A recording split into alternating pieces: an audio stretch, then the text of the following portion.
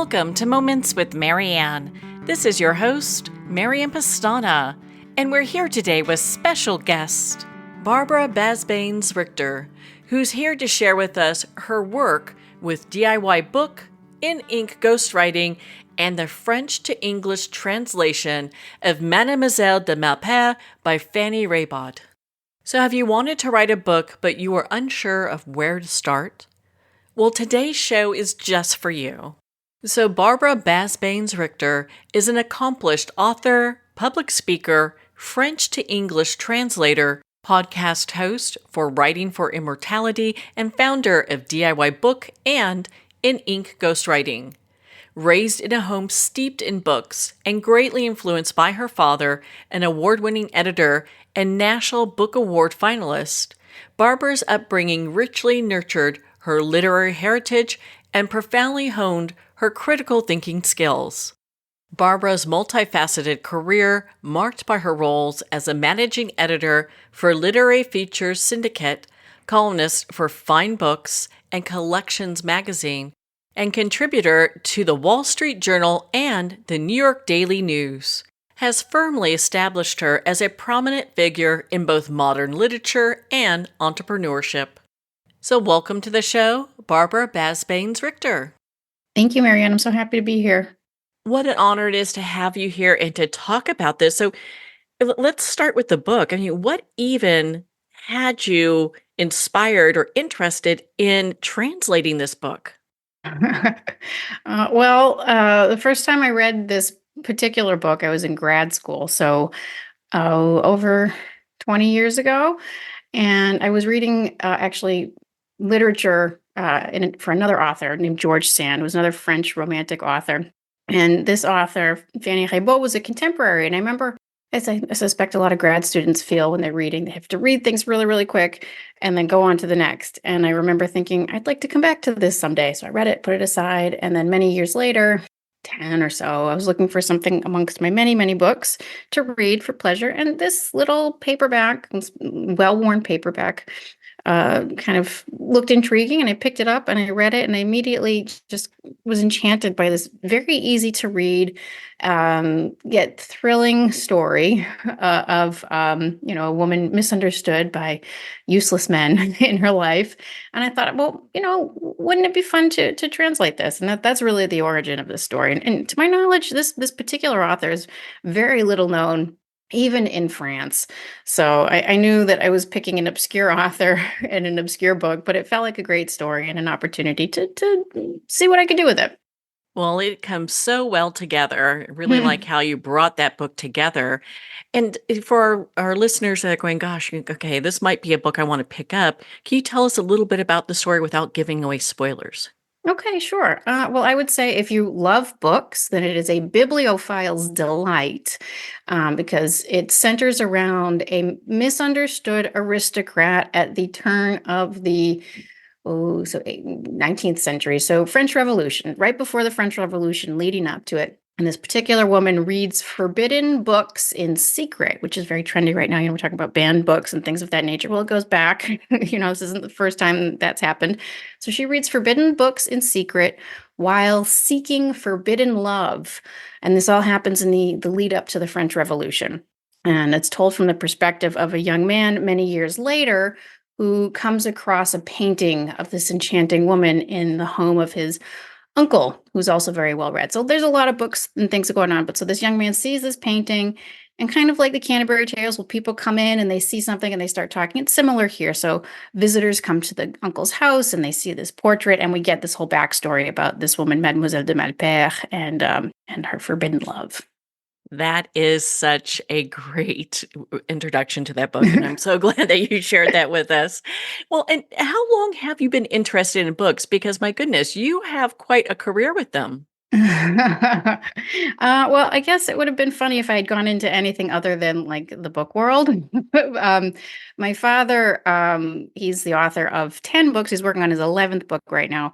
And back when I was a child, he was the books editor for the book section of the Worcester Telegram and Gazette in central Massachusetts. So part of that required reading lots of books. So, every other day it felt like my birthday because the delivery man would just bring boxes of review books. So, my sister and I, who's now actually a children's librarian, we just kind of had free reign with all of the books that we wanted to read, and so we read widely. And if it was new, we had it. So I always felt that it has been part of my life. So it would have seemed unusual to pursue something else. But my true love really is French lit. I studied that in grad school, undergraduate and grad school, French language and French literature. So that was really my true passion. But always books, always reading. And I taught for many years, and then after I stepped away from teaching, I did that. I decided to pursue writing full time. And so the very first thing that I did with writing was actually book reviews. So I was kind of following in the family trade in a way. And I was interviewing authors and getting to hear how they put stories together. So it's always seemed like an extension of me, a book. I feel very ill at ease if I don't have a book around me, as I'm sure you feel similarly. Oh, yes. And I always have overflowing bookshelves that end up having to have books purged and go to the library. So I know what you're talking Giving about. them a second life. Without a doubt. Well, and so I know you do this writing for immortality. Why don't you share with us what that is? So, Writing for Immortality is a podcast that I just recently launched, maybe a month or so ago. And it's a way for me to help people who are looking to write. Writing, people want to write stories, but sometimes it can be overwhelming on figuring out where to start. So the writing process, the podcast aims to sort of demystify the process for folks for whom writing maybe is not their profession. And so I offer tips and advice, and we do book reviews, of course, but I also have some wonderful guests. We have authors and publicists and librarians and poets and people who talk about telling a story, and not always in like traditional ways. For example, we just did an episode this week where I talked about an exhibition I went to go see at the Hispanic Society in New York. And it was about an artist who was telling the story of his childhood fleeing Cuba and how he had kept a journal entry as a child. And this installation built on that journal that he had kept, and he created these oversized canvases. And I talked about it because it's another way to tell a story. That there's not just one way to tell a story. I think so. That's what the podcast is about. So you also have DIYBook. What is that? I'd love to hear more about that. Well, so that goes kind of hand in hand with the podcast. So if I can back up a little bit, so prior to DIYBook, and actually after I started book reviews, I moved into ghostwriting, which is writing for other people under their names. And what I've found for folks, that for every person perhaps that I worked with as a ghostwriter, would have to turn away a dozen or so folks, because good ghostwriting, unfortunately, is expensive, and it is out of the realm of a lot of people. And that I really that made me sad. And I thought, how could I help more people be able to write the stories that they so clearly want to write? They have this desire, but perhaps the means is not there. So I took the ghostwriting process and I broke it down into discrete step-by-step parts that I feel that anybody can follow. And that's what DIYBook is. It's actually a patent pending online writing platform for people who want to write their life stories or their business books. And so what type of books do you typically get for DIYBook? Well, we offer two types of book. I basically base this on the most requested services I got from ghostwriting. And in ghostwriting, the two most requested books are life stories, so memoirs, things like that, and business books, so entrepreneurs, thought leaders, CEOs, corporate histories, those sorts of things. So at DIYBook, if folks, they can choose your path. You can either choose the right life story path, where you'll receive prompts weekly based on selections geared to you, or if you're looking to write a business book. Business books are a little bit more prescriptive, even though every business journey is different. There's generally a particular arc based on the type of audience you're trying to reach. So we did kind of tailor that more to the business entrepreneurial journey. And if you stick with the program, you will generally have a book, which is pretty exciting. And the other nice thing is that if people do get stuck, which does happen, I do offer blocks of time with my professional ghostwriters that work with me. So writers at DIYBook can book blocks of time. They're not going to get a ghostwriter to write the full book for them, but they'll get professionals to be able to look over their shoulder and say, hey, if you're stuck here, maybe try this technique. Maybe that'll help you work through this tough spot. That really empowers the author to get in there and to do the writing. Yeah, and it really, the goal is to show that you can do this. People can write their stories, and I feel truly that everybody does have a story in them. And what stops so many people, sometimes it's time, right? We all have our lives, we're all doing different things, and just sitting down to find the time to do that. Well, we offer some structure. If you answer questions once a week, you will make progress. You can, of course, answer your questions more than once a week, but we have to be realistic with our time frame. Some people get overwhelmed and they get paralyzed by thinking, "Oh, my book's not good enough. Why is it? How is it different from somebody else's?" And then that kind of prevents people from making any progress. And the thing I would say to that is, everybody is unique. Nobody has lived your life, so your book has value, and other people will find value in it. So, for folks that write memoirs, is it always something that they want to publish as a book or maybe something they publish for their family? So, no, that's a great question. So, in a lot of cases, especially for life story, their family, become family heirlooms. So we have customers who want to preserve their life story and the story, perhaps their parents or their family, for their children or for future generations. So, for that reason, we actually don't automatically include an ISBN, which is the barcode on the back of most books, because some folks don't actually want to publish these books and have them on the marketplace. They want to create them as presentation items, as gifts for loved ones. Um, there are other folks who do want to try and have their book out there on the marketplace, and we do offer assistance for folks who want to try that as well. So, people have different goals, and we try to accommodate as many people as we can.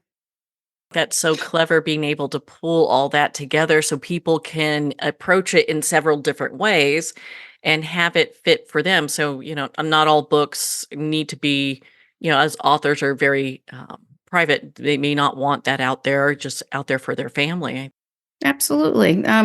For a gift for a family, we actually had a customer who did her life story, and her children, when they received this book, they were surprised to learn that this author's parents, they didn't speak English. They were French, and they lived up on the border in I think Massachusetts or Maine, and so that was a surprise to them. And so she was able to share something with them that they didn't know, that enriched their knowledge of their family history and strengthened their bonds.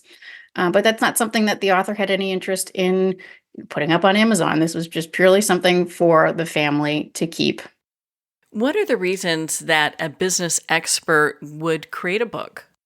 Oh, there's a lot of reasons. For one thing, if you write it, you are the authority.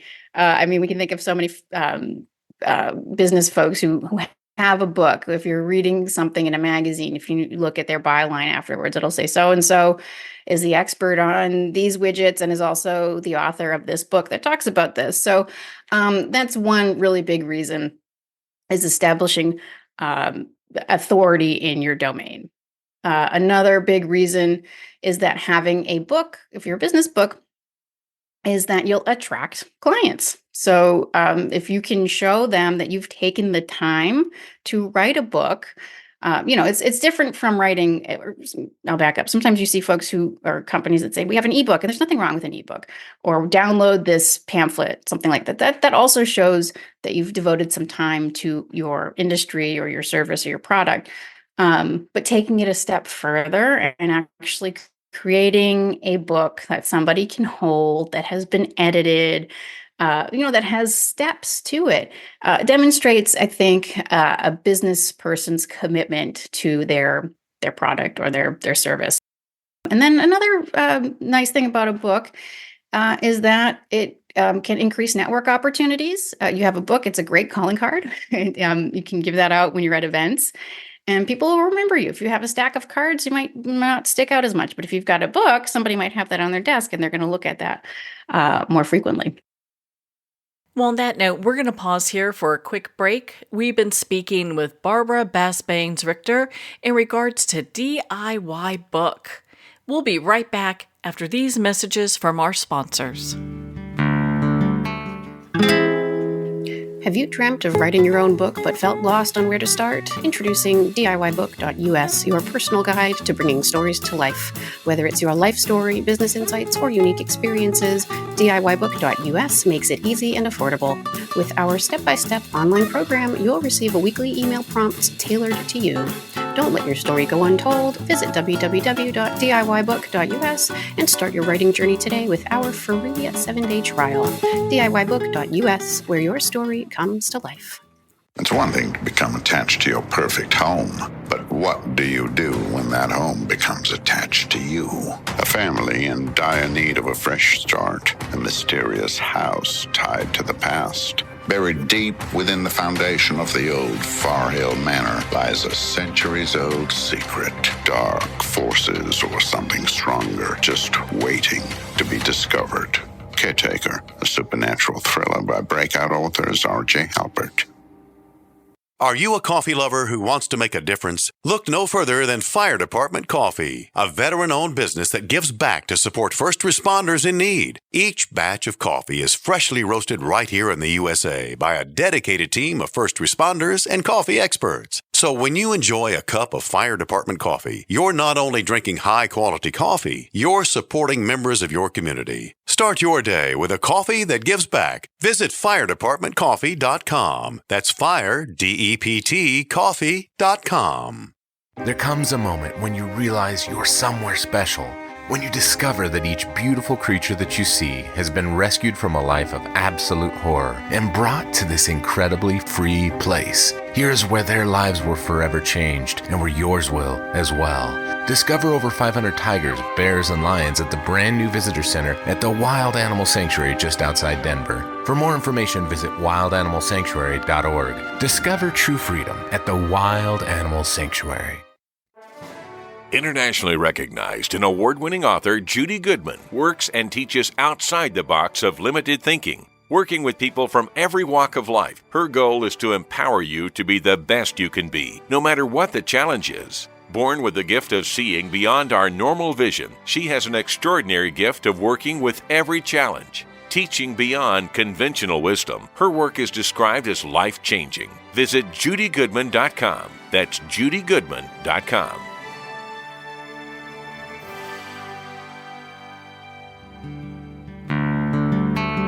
I'd like to thank Jason Eastwood at Guitarfulness for sharing his inspiring music and talent with us. His music is known worldwide for cultivating atmospheres of harmony, inner peace, and clarity. Visit Jason's website at guitarfulness.com. Join his newsletter, be part of his community, and download his music. Welcome back to Moments with Marianne. We're here today with special guest, Barbara Basbanes Richter, who's here sharing with us DIYBook. Before we left for break, we were talking about the many doors and opportunities that writing a book opens for you. And my goodness, it is never ending. Yeah, absolutely. You get booked on podcasts, you get booked on radio shows, it just opens a lot of doors professionally for business people. Well, and do you help people kind of narrow down whatever their message will be? Because you can have somebody that's really good in business and has maybe several different messages that they want to get across. Oh, absolutely. So that's part of the reason why the business book writing program is a little bit more tailored, because some of the early questions that that program asks is, what is the problem that you're trying to solve, and what is the solution you're trying to provide? So if you have a business owner who has their hands in lots of different domains, they really I recommend that they get clear on who this particular target audience is and what you're trying to serve them, how you're trying to serve them. So that's really important. It can be tempting to put everything in one book, and some people do. Like, these are all just suggestions too, just based on obviously my experience ghostwriting. So ultimately, the author's going to know best what works for them best. So if they say, I want to talk about these 3 different things in my book, then they should. So, but generally speaking, it is it's helpful for the reader to follow if you really find one particular issue that you're going to explore in your book. Are there other types of books that people come to you to write? Maybe like, they want to gather the family recipes so it's available for the family. Oh yeah, well then you can actually do that through DIYBook. That we have folks who come in and they have this actually happened to me personally last summer. Well, the family all got together and we were all talking about. Do you remember when Aunt Helen did this recipe? And do you remember when Stella did that one? And we were all sharing recipes. And my cousin who lives out in California, I'm in New York, but he called and he said, I would love this recipe from Aunt Helen. Can you get it for me? And so I emailed my cousin and she texted me the recipe and it was, in her beautiful handwriting. You know how folks had just stunning cursive that we don't anymore. And I was able to share that with my cousin and he made the recipe, he sent me something, it was wonderful. And then unfortunately my cousin, she passed away maybe 3 or 4 weeks after I received that recipe from her. And so now I have this and I have other recipes we're all talking about that now we're putting them all together in a book. That we can preserve for the rest of the family. So it is a wonderful way to get people together to talk because everybody likes to eat. And the nice thing about this recipe is we remembered when my aunt made it and how she would sort of ad lib what she was throwing in. So my cousin's recipe wasn't exactly as he remembered it because there's always some secret ingredient that my aunt never shared. And that was a nice way to talk about those moments that we all had when we were younger. I'm so sorry for your loss, and what a great way to have these memories and No, to thank you. have them safe, have them kept safe. Yeah, thank you. So how does someone start with DIYBook? Well, if people are interested in DIYBook, they can go to DIYbook.us. And we have, as I mentioned, 2 options. They have the life story platform and we have the business book platform. So at the top of the page where it says get started or tell your stories, you can click on either one. And if they want to start a life story, they just register their email and password. And they get an automatic 7-day free trial to see if it's right for them. So the commitment level is, why not try it? If you're interested in writing a book, it's making a step in the right direction. And after they create an account, actually they answer some questions about what kind of life story they're interested in. So we have hundreds of writing prompts in our library that are, again, based on my experience ghostwriting, and they're divided into categories. So some people might want to write about family recipes. You might have the recipes, but then how do you string a narrative out of that? Well, we have questions that help people do that. Maybe you served in the military or somebody served in your military and you want to talk about their career. We have questions to help you tease that out.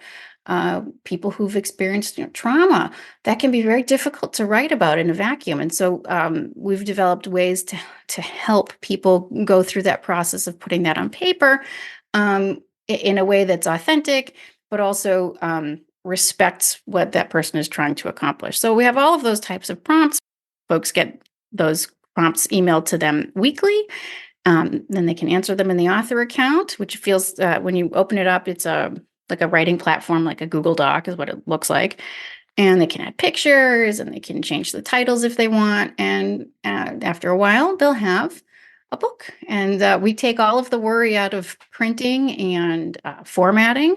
So what folks need to do when they decide they're ready to go and print their book is, how many copies do they want? Do they want color or black and white?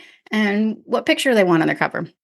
That really takes all the guesswork out of developing a book, and there's a ton of guesswork when that's involved. Yes, if you've done self-publishing or any kind of independent publishing, when you go to print the book, you can't just take a Word document and upload it. It'll get rejected. And there's bleeds, margins. So if you have your text that's going over the margins, the text is going to disappear. If it's going too far into the bleed lines, you're going to lose it there when the book is glued together. So I think that's part of what we offer our authors is another element with that they really don't have to worry about. They just get to worry about the fun stuff, like what color do I want my book to look like, or what picture do I want on the cover. It's really like they have their own personal ghostwriter that's working Yeah. with them on their book through this, which is nice because, yeah, as you said before, and I know this firsthand, ghostwriters are expensive.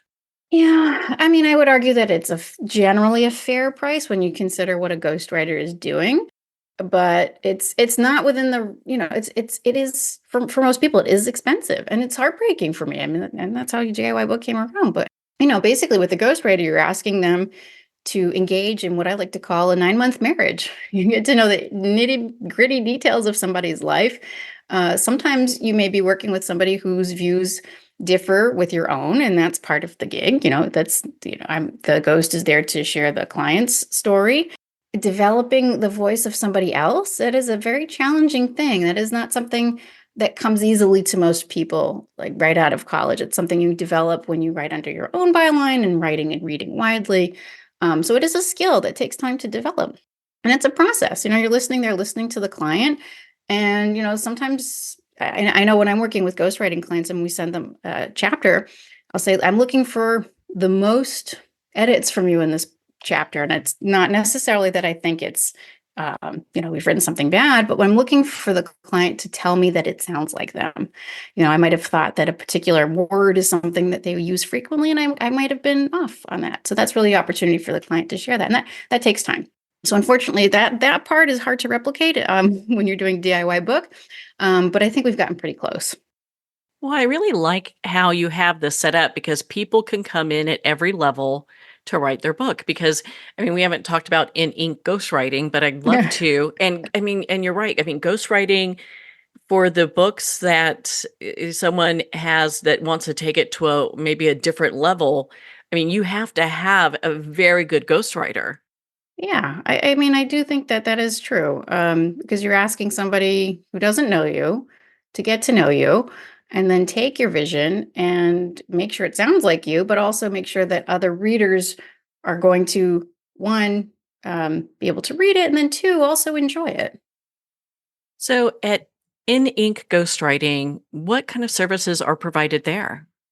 So in ink ghostwriting, I guess if you think of all of these writing offerings that I have as kind of I guess a triangle. This is at the very top. So it is I guess you could say a full service ghostwriting firm.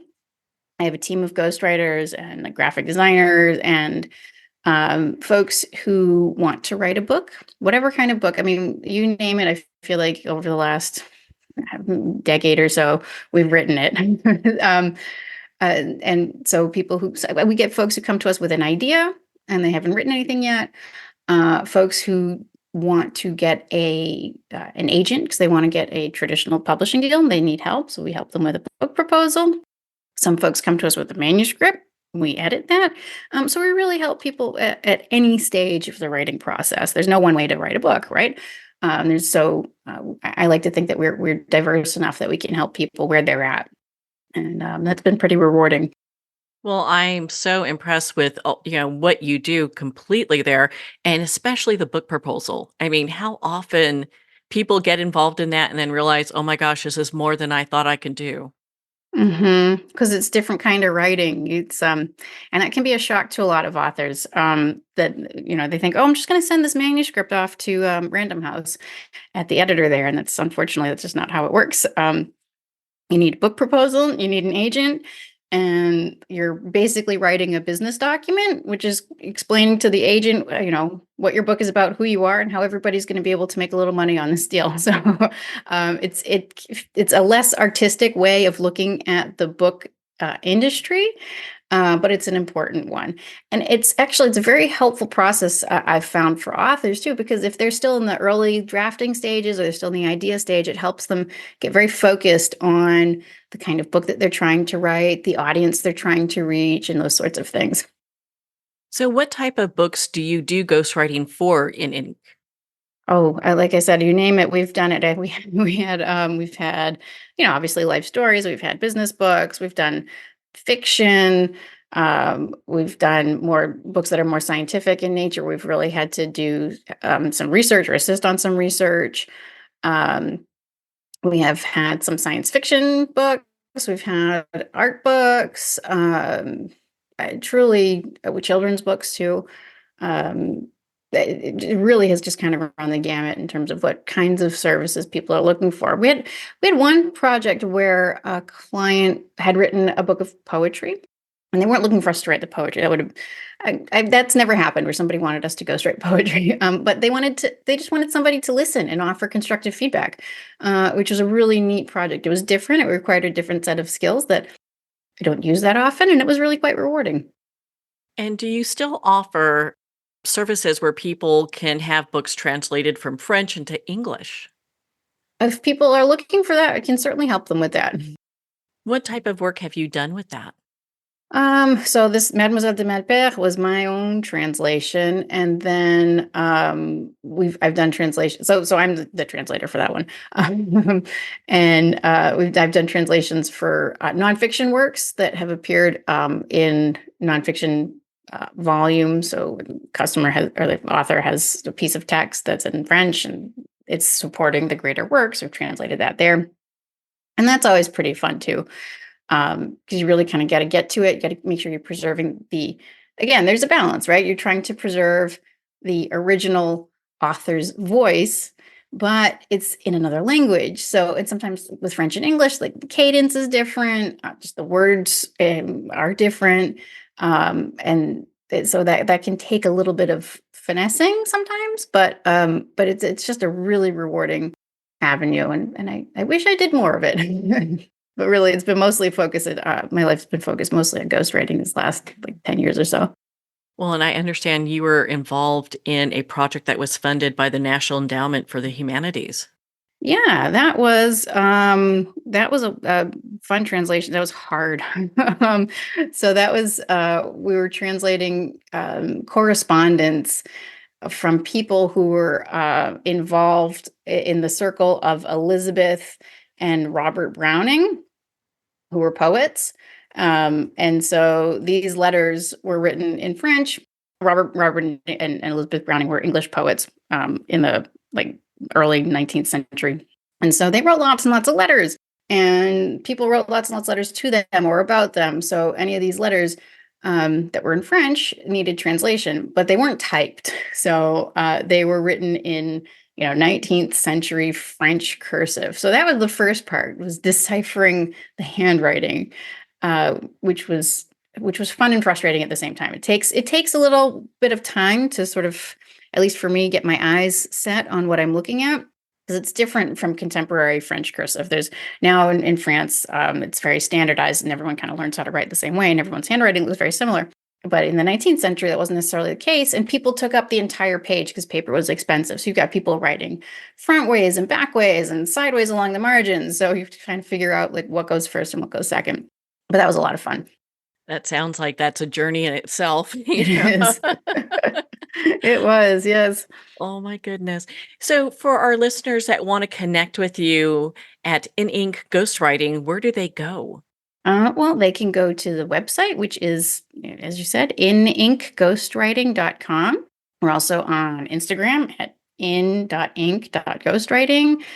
I think we're on Facebook as well. So it's In Ink Ghostwriting. And, I monitor all of those accounts. So I would love to hear from folks and hear what kind of story they're working on and how we could maybe help them. And also with DIYBook, do you have a place? Because I think everyone knows that one person in their family that's always wanted to write a book. I mean, is there a way that they can get a gift card or something like that for you? Absolutely. If you go to DIYbook.us, right at the top, you can purchase gift cards. And they're virtual, so you can either have them sent to your own address, your own email address, or to the recipient. That you can help them on their writing adventure. How exciting is that? Well, anytime's a good time to get a gift card for writing a book. I agree. Well, Barbara, thank you so much for taking the time to be on the show with us here today. My pleasure. Thank you so much for having me. This was wonderful. This was so much fun. Well, thank you, Barbara. It has been such an honor to spend this time with you and to talk about DIY books and In Ink Ghostwriting. If you think it's time to write the book you've always wanted to write, make sure to visit DIYbooks.us or ininkghostwriting.com. Well, we're at the end of our time today. I'd like to thank everyone for tuning in. You've been listening to Moments with Marianne, where we make every moment count.